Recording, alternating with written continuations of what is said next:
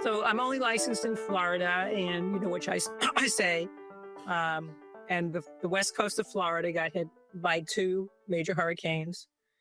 I was in a networking group last week where they said, if you had a superpower, what would it be? I said, mine would be healing. There's a lot of healing that's needed as an aftermath. Certainly I had sympathy for people who went through Katrina, and Katrina was probably a lot worse than what we had. And Andrew, which came through Florida back in 2004, or so, I don't even remember, quite a while ago, and did a lot of damage. But I have personal experience with this one. Not personal meaning we were spared. Helene had no damage. Milton, we had a couple of trees down, but no house damage, no flooding. Very, very fortunate. And I know people who didn't, who were not nearly as fortunate. I know 3 people who lost their homes completely. One lost part of his home in Helene, and then was ready to rebuild, and then the roof got ripped off in Milton. So now he's not rebuilding. So for me, we talk about estate planning, and we're going to, one of these days we're going to really talk about probate. But for me, what came out of these horrors is I have no idea how many people may have had to take somebody to a hospital. A single person living on their own, no family nearby, had to go to a hospital and had nobody who could speak for them because they didn't have a healthcare surrogate. I have no idea how many people may have lost all access, no internet, no internet, have to pay bills. I have a very good friend in Clearwater who's still without internet.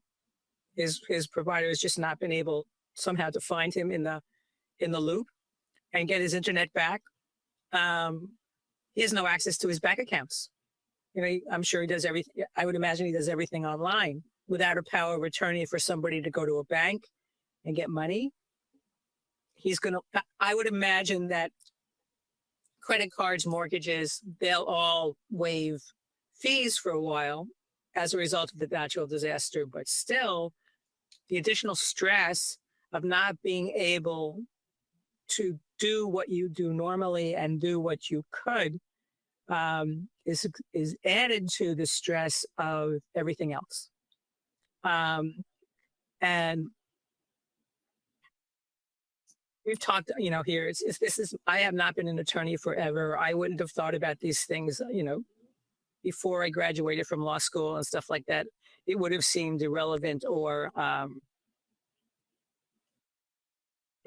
it's really not going to happen. It's never going to happen, right? Right. I mean, it'll certainly never happen to me. It might happen to you next door, but it'll never happen to me, right? So what I'm seeing is, and the person who lost their 1977 manufactured home had her documents and the thumb drive, because I supply a thumb drive, and the thumb drive got destroyed. So never mind the documents having been probably destroyed, but I need to create another thumb drive for her, which is fine. So the legal documents are things that are peace of mind documents. They truly are peace of mind documents. And the peace of mind is, if you have the documents, and we made sure to take our documents with us. So, the peace of mind documents are when you need them, if you need them in a situation which you couldn't possibly anticipate. The one friend who lost her house here locally lived in the house on Davis Island, low, 35 years, never had water in the house, has been through some tough hurricanes. There wasn't a single tree, plant, shrub damaged. It all came in through the back, 3 feet of water, everything. Same thing for the house next to her. A friend who'd lived in her house for 40 years, never flooded, never. The second friend's going to rebuild. The first friend's going to sell, she hopes. The people on the outer islands, to not have the documents is terrifying in any case. If there's a natural disaster, you want to have something in place so somebody can help you. You want somebody to have copies of the documents that name them so they can talk to a doctor or sign something to get money out of your bank account, or go to a branch.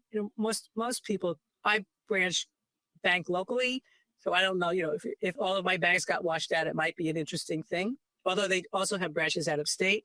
But for people certainly who bank with the big ones, power of attorney for a big bank like Chase or PNC or Fifth Third, I think they can at least show up and have somebody look at that document and say, okay, we could help you.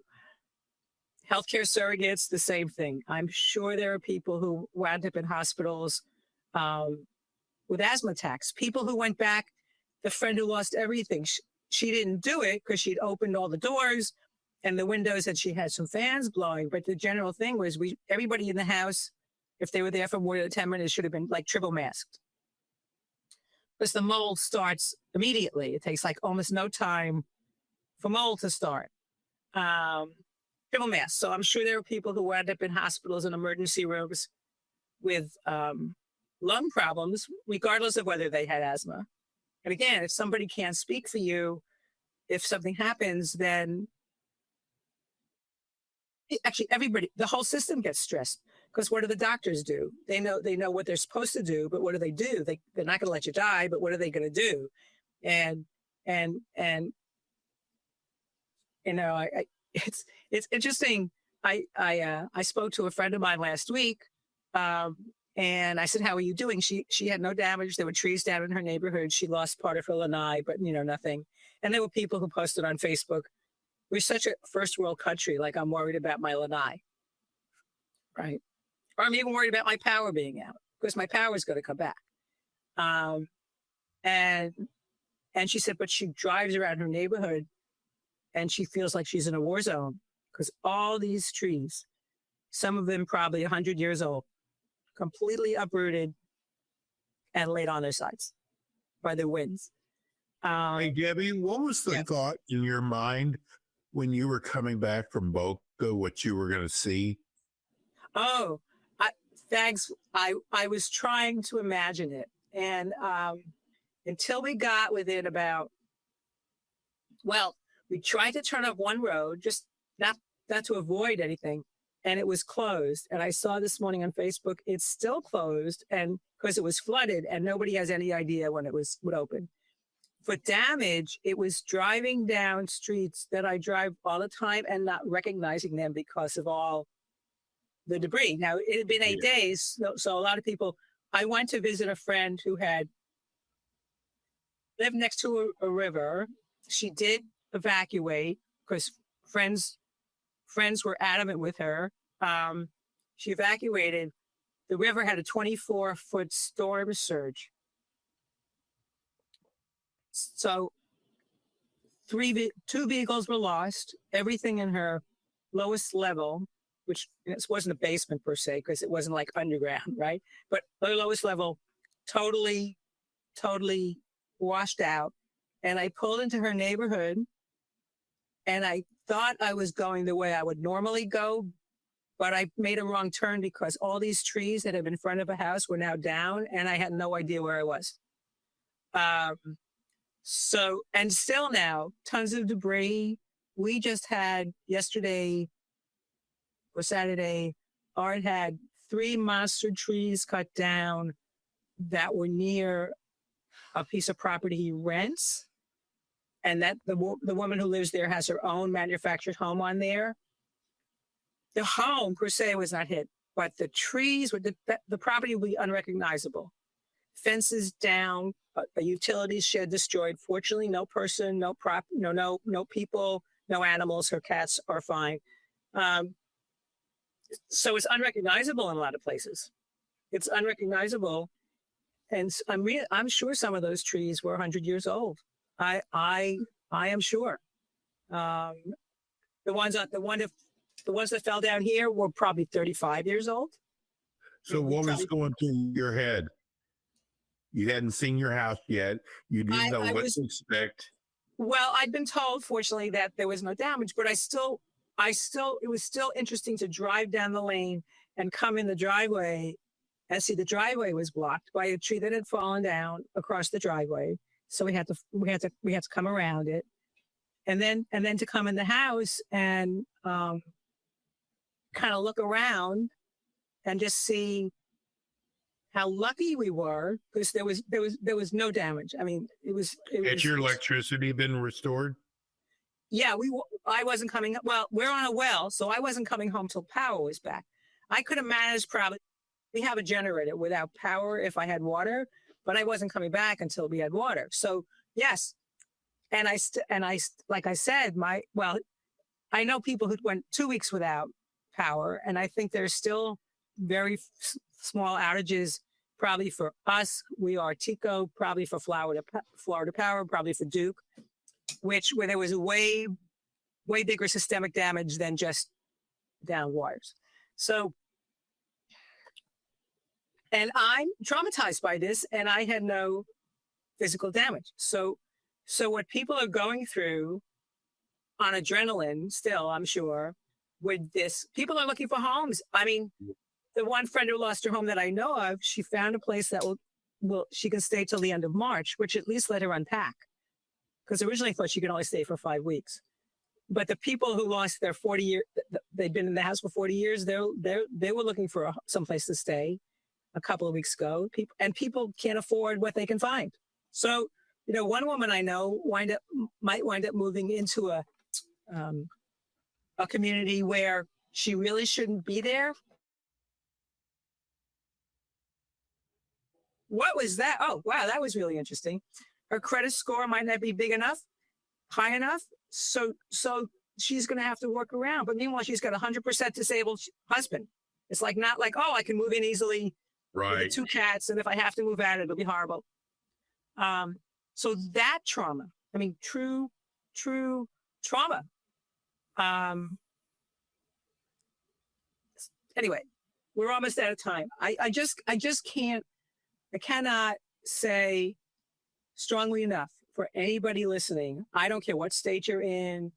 If you do not have current documents, your healthcare surrogate and your power of attorney and your living will for the now, and your wills or trusts or whatever for later, please, please, please do your family a favor and get it done. Just get it done. Don't do it online. Don't do online. But find a friend who has an attorney they trust.